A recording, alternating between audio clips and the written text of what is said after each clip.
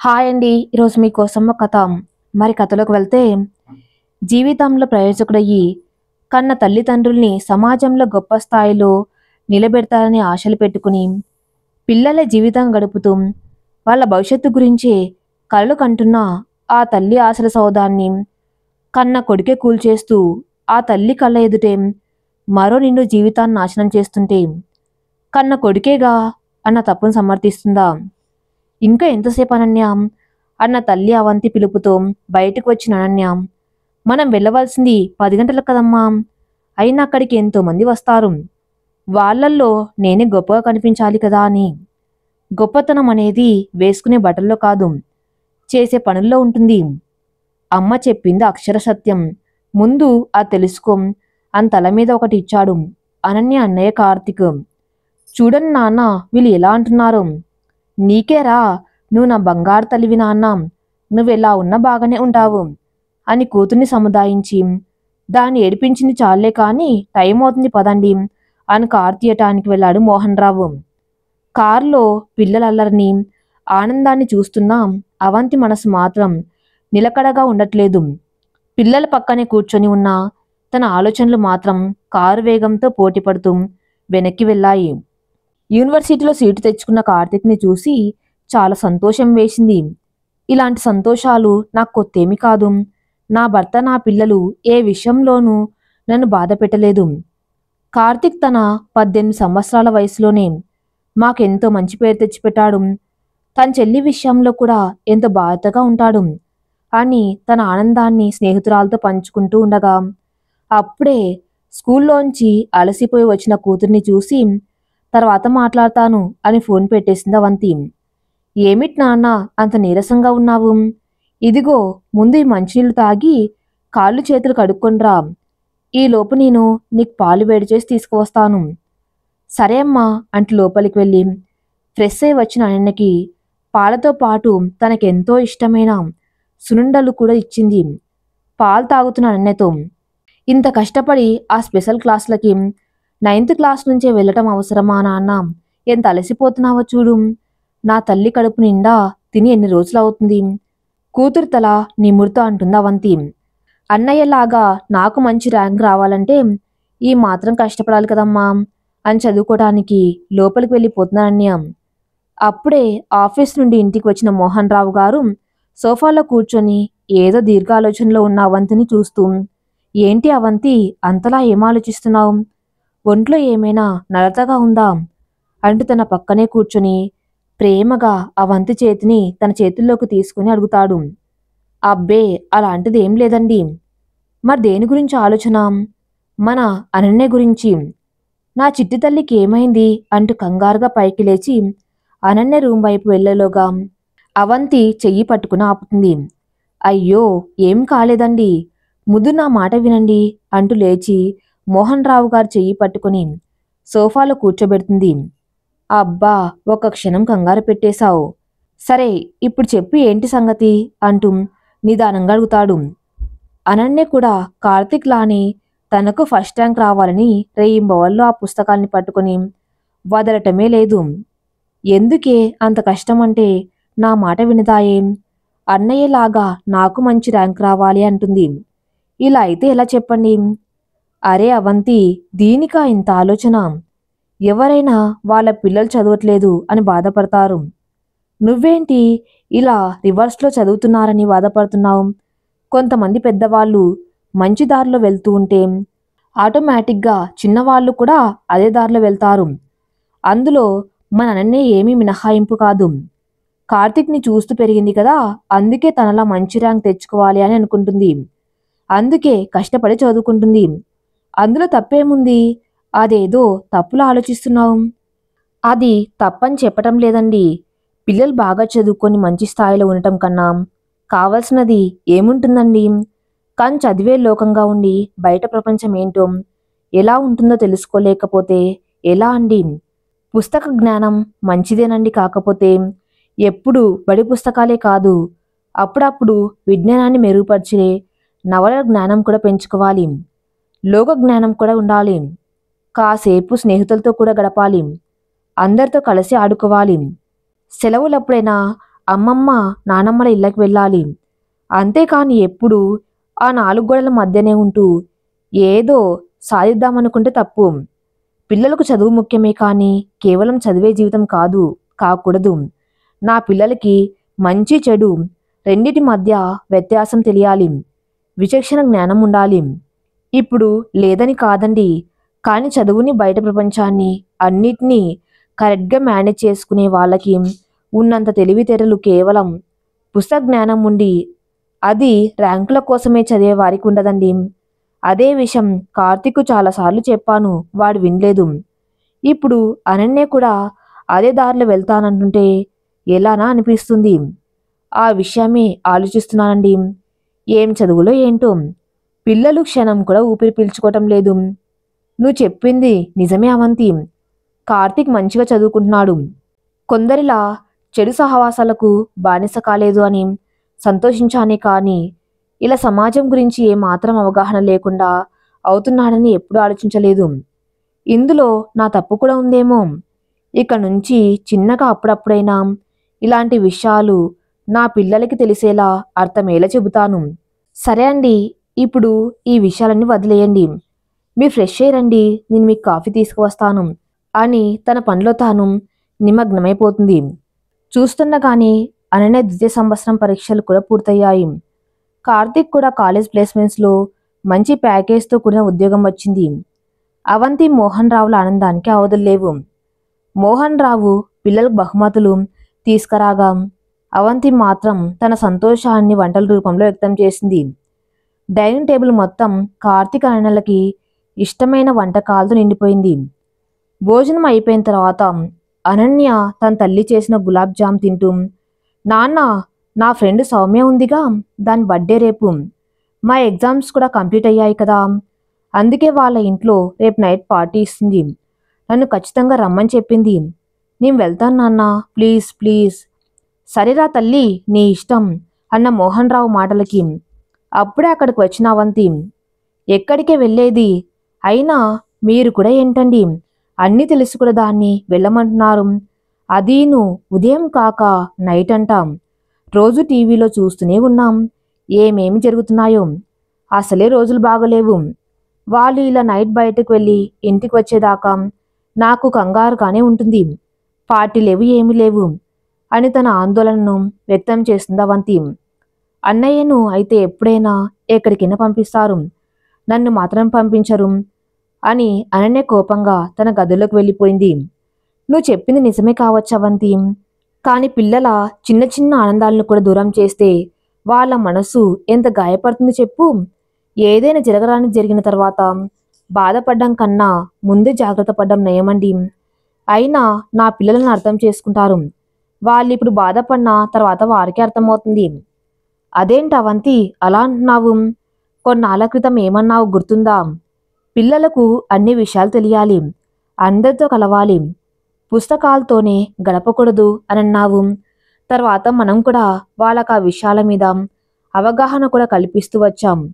మరి ఇప్పుడు ఎందుకు దాని సంతోషానికి అడ్డుపడుతున్నాం? ఇది కరెక్టేనా? నాకు గుర్తుందండి, నేనేం మర్చిపోలేదు. ఇప్పటికీ అదే అంటాను. కానీ దేనికైనా సమయం సందర్భం ఉండాలి.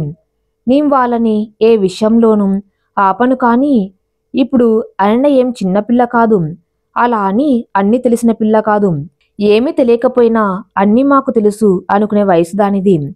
ఎవరినైనా గుడ్డిగా నమ్మే మనస్తత్వం దానిది. దాని ఫ్రెండ్స్ మంచివారు కాదు అని అనను, కానీ దానికి ఎవరు ఎలాంటి వారో తెలుసుకునేంత వయసు, పరిపక్వత లేవు. అవి వచ్చాక దాని ఇష్టం. సరే, మరి ఇప్పుడు పంపించకపోతే అది మనసు కష్టపెట్టుకుంటుంది, అది మనం చూడలేము. నువ్వనే పరిపక్వత వచ్చే వరకు అనన్య ఎక్కడికి వెళ్ళాలనుకున్నాం దానికి నేను తోడుగా వెళ్తాను, సరేనా? సరే అండి, మరి మీరే వెళ్ళి మీ చిట్టి తల్లికి చెప్పుకోండి. రోజులు గడుస్తున్నాయి. సూర్యుడు సెలవు తీసుకుంటున్న సమయాన పిల్లలు పక్కనే ఉన్న ఖాళీ స్థలంలో ఆడుకుంటున్న వేళ అవంతి కూరగాయలు కొని తన స్నేహితురాలతో కలిసి ఇంటికి వస్తూ, కాపాడండి అన్న అరుపు విని అటువైపు తిరగ్గా దూరంగా ఒక అబ్బాయి యాసిడ్ పట్టుకొని ఒక అమ్మాయిని బెదిరిస్తున్నాడు. అది చూసి పరుగున అక్కడికి వెళ్ళేసరికి ఆ అబ్బాయి యాసిడ్ను ఆ అమ్మాయి మీద పోసేశాడు. కానీ రేపపాటు కాలంలోనే అటువైపు నుంచి వెళ్తున్న కొందరు చాకచక్యంగా ఆ అమ్మాయిని పక్కకి లాగేసి ఘోరం జరగకుండా ఆపారు. ఈలోగా జనం చుట్టుముట్టడంతో ఆ అబ్బాయి పారిపోవటానికి ప్రయత్నించి విఫలమయ్యాడు. ఆ పెనుగులాటలో ఆ అబ్బాయి కింద పడగా అదే సమయానికి అక్కడికి వచ్చిన అవంతి ఆ అబ్బాయిని చూసి కొయ్యబారి నించుండిపోయింది. అక్కడ జరుగుతున్నది ఏమిటో అర్థం చేసుకుని వాస్తవంలోకి రావటానికి తనకి పెద్ద సమయం పట్టలేదు. తనలోని భయం ఆందోళన స్థానంలోకి కోపం వచ్చి చేరింది. కారణం ఆ కుర్రాడు అవంతి గారాల కొడుకు కార్తీక్. అవంతి కంగారుగా ఆ అమ్మాయి వైపు చూసేసరికి తను భయకంపితురాలై అలా అని నించుండిపోయింది. ఆ అమ్మాయి స్థానంలో ఒక్కసారిగా తన కూతురు కనిపించేసరికి అవంతికి ఏం చేయాలో పాలుపోలేదు. వెంటనే తన రక్షణ కర్తవ్యం గుర్తొచ్చి పోలీసులకు ఫోన్ చేసింది. అక్కడ ఆమె కార్తీక్ తల్లిలా కాకుండా ఒక బాధ్యత కలిగిన ఆడపిల్ల తల్లిగా తన కర్తవ్యం నిర్వహించింది. పోలీసులు కార్తీక్ని తీసుకుని వెళ్లారు. న్యాయస్థానం కార్తీక్కి 6 నెలలు జైలు శిక్ష విధించింది. కానీ ఎవరూ ఆలోచించని విషయం ఏమిటంటే ఆ శిక్ష ఒక కన్నతల్లి ప్రేమకి నమ్మకానికి మధ్య పడ్డ శిక్ష. ఏంటమ్మా అవంతి, అబ్బాయి తెలిసి తెలియక తప్పు చేస్తే ఎంతైనా కన్నవారు మీరు తోడుగా ఉండవద్దు, కనీసం బెయిల్ కూడా తీసుకోలేదట, మరింత కఠినంగా ప్రేమ లేకుండా ఉండకూడదమ్మా అని వెటకారంగా అన్న పక్కింటి పిన్నిగారి మాటలకు మనస్సులోని బాధ రెట్టింపవగా బరువెక్కిన హృదయంతో కొడుకు ఫోటోను చూస్తుండగా మనసులోని బాధ కన్నీళ్ల రూపంలో బయటకు పంపించేసే అవంతి అన్న భర్త మాటలతో వెనుకకు తిరిగి భర్తను హత్తుకుని ఏడవసాగింది. ఊరుకో అవంతి, పిల్లల్ని కనగలం కానీ వాళ్ళ బుద్ధిని కనలేం కదా. లేదండి, ఈ సంఘటనలో వాడి తప్పు ఎంత ఉందో మంది అంతే తప్పు ఉంది. వాళ్ళ ఎదుగుదలలోనే కాదండి, వాళ్ళు చేసే ప్రతి తప్పులోనూ మనకి బాధ ఉంటుంది. వాడు చదువుతున్నాడు, జాబ్ తెచ్చుకున్నాడు, పెద్దవాడయ్యాడు, వాడిని వాడు చూసుకోగలడు అన్న భ్రమలో ఉన్నామే కానీ వాడు ఏం చేస్తున్నాడు, ఎక్కడికి వెళ్తున్నాడు అని అనన్నని అడిగినంతగా వాడిని ఎప్పుడు ప్రశ్నించలేదు. మన అమ్మాయిని పద్ధతిగా ఉండమని చెప్పానే కానీ ఆడపిల్లలతో పద్ధతిగా ఉండాలని మన వాడికి నేర్పించలేకపోయాను. తల్లిని చెల్లిని ప్రేమగా చూసుకున్నాడు, నా కొడుకు బంగారం అని అనుకున్నానే కానీ ఆడపిల్లలతో ఎలా ఉంటున్నాడు, ఎలా ప్రవర్తిస్తున్నాడు నా తల్లి మనసు గమనించలేకపోయింది. ఇది ముమ్మాటికి నా తప్పే. ఇందులో ఒక తల్లిగా నేను ఓడిపోయాను. కన్న కొడుక్గా వాడు తప్పు చేస్తే ఖచ్చితంగా కడుపులో పెట్టుకుని చూసుకునేదాన్నే కానీ వాడు పాపం చేయబోయాడండి. ఆ అమ్మాయి జీవితాన్ని నాశనం చేయబోయాడు. ఆ అమ్మాయిని మానసికంగా చంపేశాడు. అసలు వీడెవడండి ఆ అమ్మాయి జీవితాన్ని సహించడానికి? బయట ప్రపంచం బాగోలేదు అని అనన్యని జాగ్రత్తగా ఉండమన్నాను. కానీ నా ఇంట్లోనే ఒక రాక్షసుడు ఉన్నాడని అప్పుడు నాకు తెలియలేదండి. అది తెలుసుకోలేకపోవటం నా తప్పేనండి. అలా అనుకోక అవంతి, అది నీ తప్పు ఎలా అవుతుంది? లేదండి, ఈ నేరంలో ప్రత్యక్షంగా కాకపోయినా పరోక్షంగానైనా నేను కారణమయ్యాను. అక్కడ సమయానికి వాళ్ళు ఆపకపోయి ఉంటే ఆ అమ్మాయి జీవితం ఏమైపోయేది? ఏమిచ్చి ఆ తప్పును సరిదిద్దుకోగలం? సమాజంలో రోజు జరిగే సంఘటనలు చూసిన ప్రతిసారి అది వాళ్ళ తప్పుగానే కనిపించేది. కానీ అది ఇవాళ నా ఇంట్లోనే ఆ తప్పు జరిగేసరికి అది నా తప్పులా కనిపించింది. అందరి వేళ్ళు నా వైపు చూపిస్తున్నట్లు అనిపిస్తుంది. అందుకే ఆ శిక్ష వాడే కాదు, నేను అనుభవించాలి, అనుభవిస్తాను. జైలు నుంచి తిరిగి వచ్చిన తర్వాత కార్తిక్ తన గదికే పరిమితమయ్యాడు. రోజులు గడిచినా తనలో ఎటువంటి మార్పు రాలేదు. గది తలుపులు తెరిచిన మోహన్ రావుకి చీకటి పలకరించగా లైట్ వెయ్యగానే నిర్జీవంగా ఉన్న కొడుకుని చూసి తండ్రి మనసు చలించిపోయింది. చెమ్మగిలిన తన కళ్ళు తుడుచుకొని ముభావంగా కూర్చొని ఉన్న కొడుకుని కదిలించగా కార్తిక్ పేలవంగా నవ్వుతాడు. ఆ జీవం లేని నవ్వును చూసి ఆ తండ్రి గుండె బరువెక్కింది.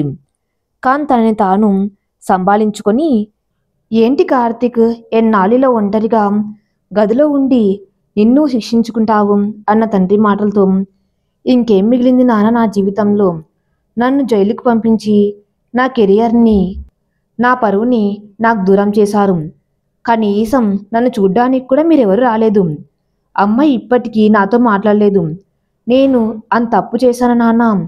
ఇప్పటికీ నువ్వు చేసిన తప్పు నీకు తెలిసి రాలేదా కార్తీక్? నువ్వే తప్పు చేయకుండానే శిక్ష అనుభవించావా?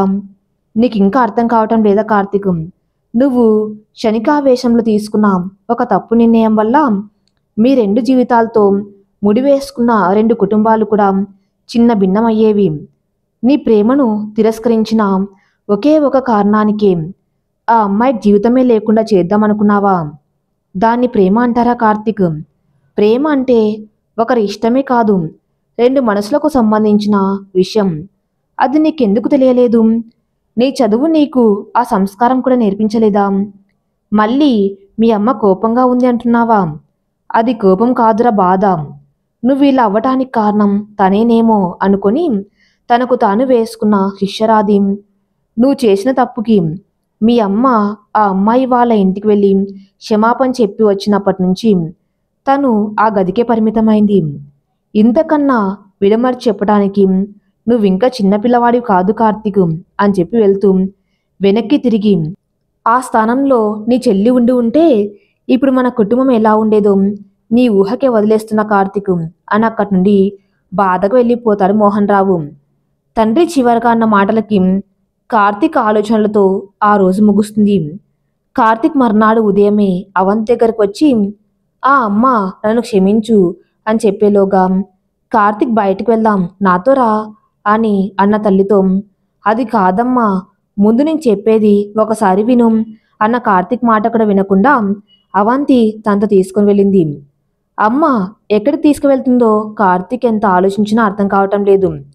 దారి పొడవునా వారిద్దరి మధ్య మౌనం రాజ్యమేలింది. వారు చేరుకోవలసిన గమ్యం చేరుకోగానే ఒక మధ్య వయస్సు గల స్త్రీ వారి కోసం ఎదురు చూస్తున్నట్టు పలకరింపుగా నవ్వింది. ఆమె ఎవరో కార్తీక్కి అవగతం లేదు. ఆమె వాళ్ళని ఒక గదిలోకి తీసుకువెళ్ళి, మేడం వస్తారు ఇక్కడ కూర్చోండి అని చెప్పి వెళ్ళిపోయింది. కార్తీక్ చుట్టూ పరికించి చూడగా ఆ గది మొత్తం విభిన్నమైన పుస్తకాలతో నిండి ఉండటమే కాక అది ఒక చిన్న గ్రంథాలయాన్ని తలపించింది. ఆ గది గోడల మీద ఉన్న వాక్యాలు తనని ఎంతో ఆకర్షింపచేశాయి. ఇంతలో నమస్కారం అవంతి గారు, ఎలా ఉన్నారు అన్న మాటలకి వెనుకకు తిరిగి చూసిన కార్తీక్కి నోట మాట రాలేదు.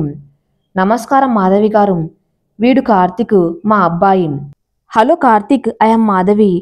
ఆ మాటలు కార్తీక్ వరకు చేరుకోలేదు. కార్తీక్ ఆ ముఖాన్ని కూడా చూడలేకపోయాడు.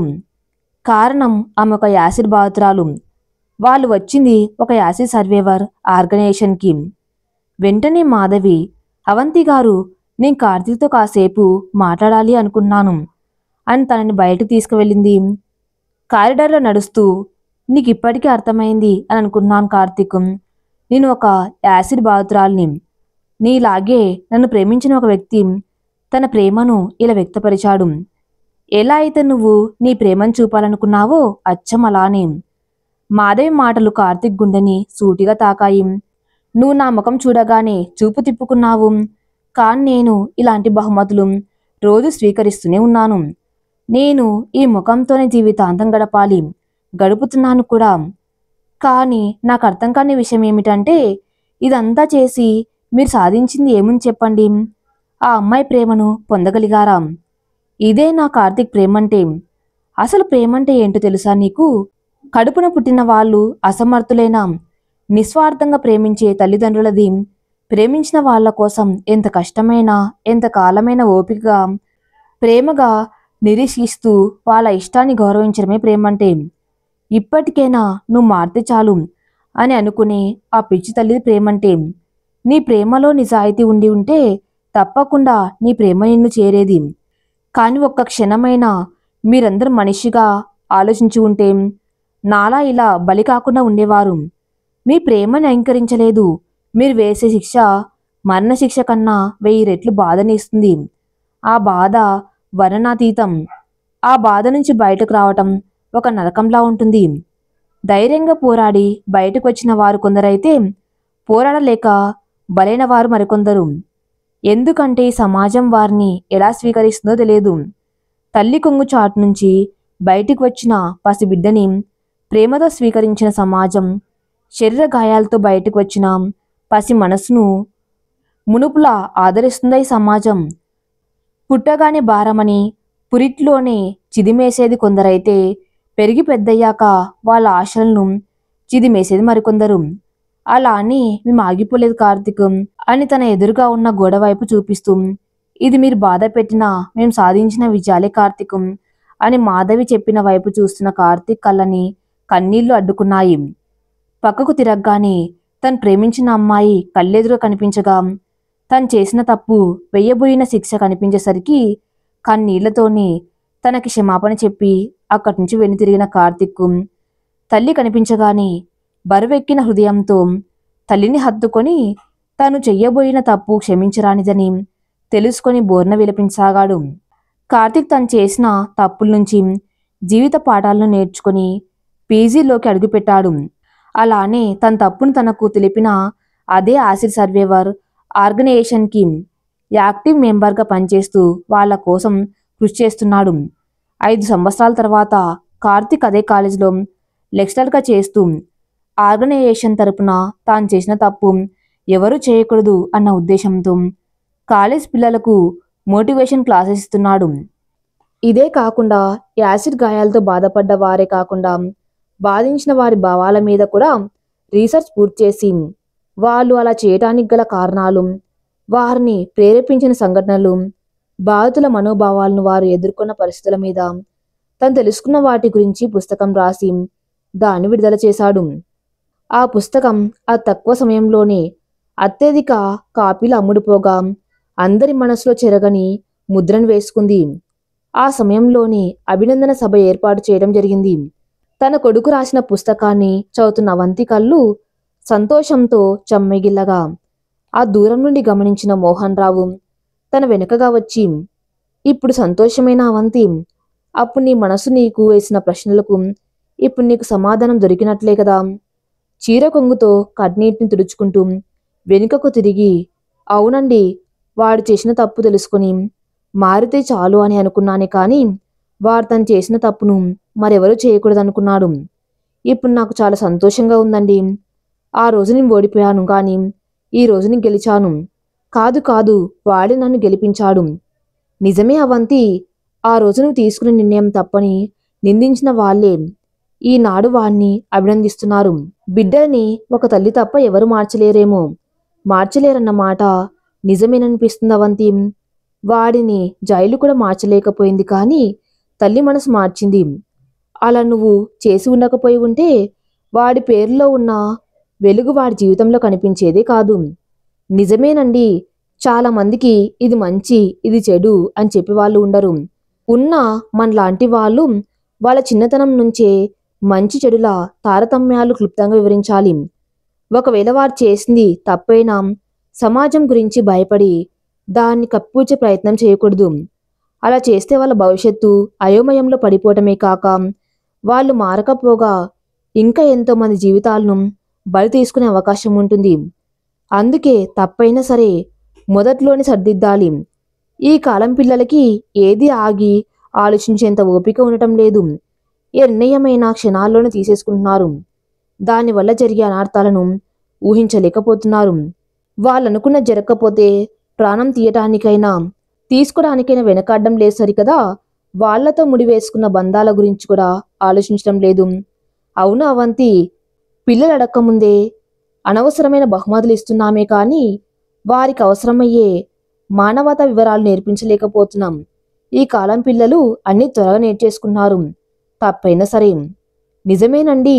అది కాక మనం మన ఇంటి ఆడపిల్లలను జాగ్రత్తగా ఉండమని చెప్పడమే కాదు, మన అబ్బాయిలకి వాళ్ళ చుట్టూ ఉన్న ఆడపిల్లలను జాగ్రత్తగా చూసుకోవాలని, వాళ్ళతో మర్యాదగా ప్రవర్తించాలని మనమే నేర్పించాలి.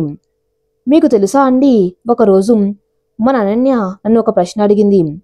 అమ్మ, అన్నయ్య చెప్పిన క్షమాపణతో తను మారినట్లేనా? ఆ రోజు ఆ జరిగిన ప్రశ్నకి నా దగ్గర సమాధానం లేదు కానీ ఈరోజు నా దగ్గర సమాధానం ఉందండి. నా పిల్లలిద్దరూ ప్రయోజకులయ్యారు. ఏ తల్లిదండ్రులకైనా ఇంతకు మించి కావాల్సింది ఏముంటుందండి? ఈరోజు నాకు చాలా సంతోషంగా ఉంది. అయినా సుఖ సంతోషాలన్నవి ఎక్కడ ఉండవండి, అవి మనం చేసే పనుల్లోనే ఉంటాయి. అవును అవంతిక అని చేతిలో నుంచి తన కొడుకు రాసిన పుస్తకాన్ని తీసుకొని మరొకసారి చదవడం మొదలుపెట్టాడు మోహన్ రావు. కారు ఆగిన శబ్దానికి అవంతి ఆలోచనల నుంచి బయటకు రాగా కారు దిగుతున్న వాళ్లకు welcome to mister Karthik Mahadev అన్న అక్షరాలు స్వాగతం పలికాయి. తప్పు చేశాక కాదు, ఆ తప్పు చేసే ముందు, అసలు తప్పు చేయాలనే ఆలోచన వచ్చే ముందు ఒక్క క్షణం ఆలోచించండి. ఈ కథ ఇంతటితో సమాప్తం. మరిన్ని మంచి స్టోరీస్ కోసం నా ఛానల్ని ఫాలో అవుతూ ఉండండి. Thank you for listening.